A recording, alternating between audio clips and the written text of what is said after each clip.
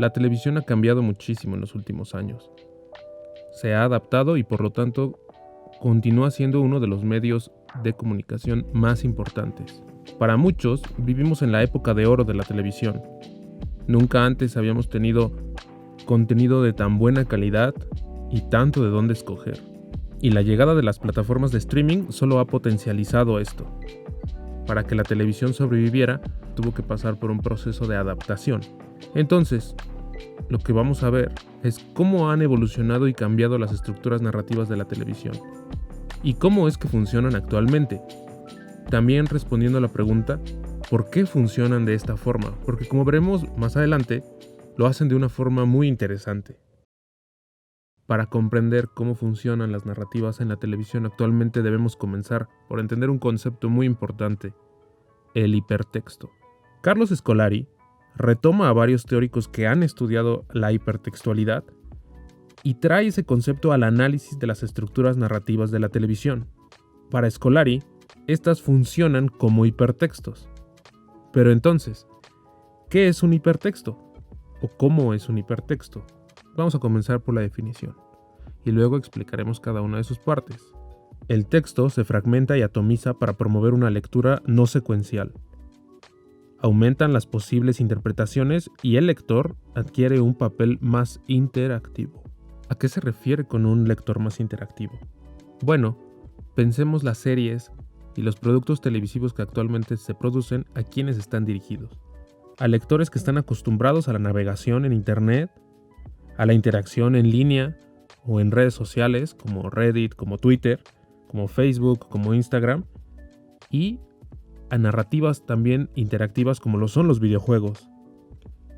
La televisión entonces comenzó una mutación para poder adaptarse como medio a las exigencias y necesidades de estos lectores. Y se pueden identificar varias características de esta televisión hipertextual, o como Scolari la llama, la hipertelevisión. Multiplicidad de programas narrativos. Las historias se multiplican y las aventuras de sus personajes se entrecruzan en una compleja trama argumental. Veamos esto puesto a la práctica. En su libro Story Maps, Daniel Calvici plantea que un episodio piloto debe contar con al menos 3 historias o 3 líneas de acción. Cada línea de acción representa a un personaje persiguiendo un objeto con un inicio, un desarrollo y un final. El manejo para que la multiplicidad de historias no sea denso o confuso para el espectador depende también de la habilidad del guionista de desarrollarlas. Fragmentación de la pantalla. La televisión, dice Scolari, se está adaptando para competir con otros medios digitales, como lo son los videojuegos. Un ejemplo muy claro de esto se puede encontrar en la serie The Mandalorian. La producción utilizó algo llamado producción virtual, donde por medio de softwares de videojuegos y una pantalla de LEDs gigantes podían recrear escenarios de manera completamente digital. Ritmo acelerado. El montaje se acelera para dar cabida a todos los programas narrativos que se desarrollan. Obviamente, múltiples historias obligan a esta necesidad. Como lo mencionamos en el primer punto, existen una multiplicidad de historias que se desarrollan a lo largo de un capítulo, o de la misma serie. Y como el tiempo es limitado, el montaje debe acelerar la progresión de estas historias, para que todo quepa. También entonces vemos una sucesión rápida de planos, de historias y de movimientos de cámara. Intertextualidad desenfrenada. Las nuevas producciones televisivas hacen referencias a otras textualidades. ¿Qué quiere decir esto? Que están en una constante relación intertextual. Esto se refiere al contacto entre distintos textos en la cultura. Por ejemplo, una referencia dentro de una serie a una película o a otro producto, a otro objeto cultural, como un libro o como un personaje. Un ejemplo muy claro de esto lo podemos ver en la narrativa de Stranger Things, la cual constantemente hace referencia a productos de la cultura pop, específicamente de la década de los 80s. Expansión narrativa. Los relatos no se agotan en un capítulo ni culminan al final de la temporada.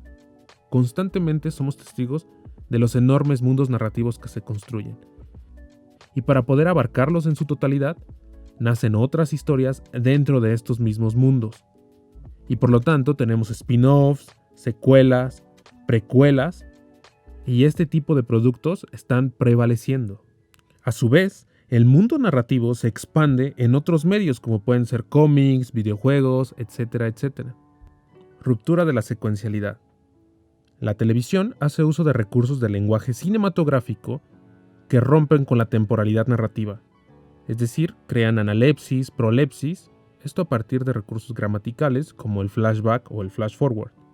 Por ejemplo, el episodio piloto de Breaking Bad comienza por su final, o True Detective, una de las mejores series que he visto, está contada a partir de flashbacks. Como lo mencionamos al inicio, estas características provienen de la adaptación del medio a un usuario acostumbrado a la interactividad y al consumo hipertextual. Pero a su vez, para que un usuario pueda comprender estas narrativas, debe contar con todas estas competencias para la interpretación. Yo comparto lo que dice Scolari. Las narrativas se han vuelto más complejas. Sí, efectivamente vivimos en una era dorada de la televisión, pero por la complejidad narrativa. Porque tenemos historias que se bifurcan en distintos caminos, que dan paso a otras historias, que se cuentan de maneras muy interesantes y que nos llevan a interpretar o a ver, por ejemplo, variaciones de un mismo tema en un mismo capítulo a partir de diferentes perspectivas. Scolari dice que esta televisión, la hipertelevisión, ha dado pie al nacimiento de hiperespectadores.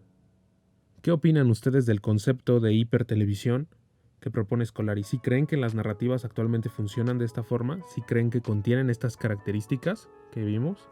Muchas gracias por ver el video. Si les gustó, si aprendieron algo, pueden suscribirse al canal y darle like al video.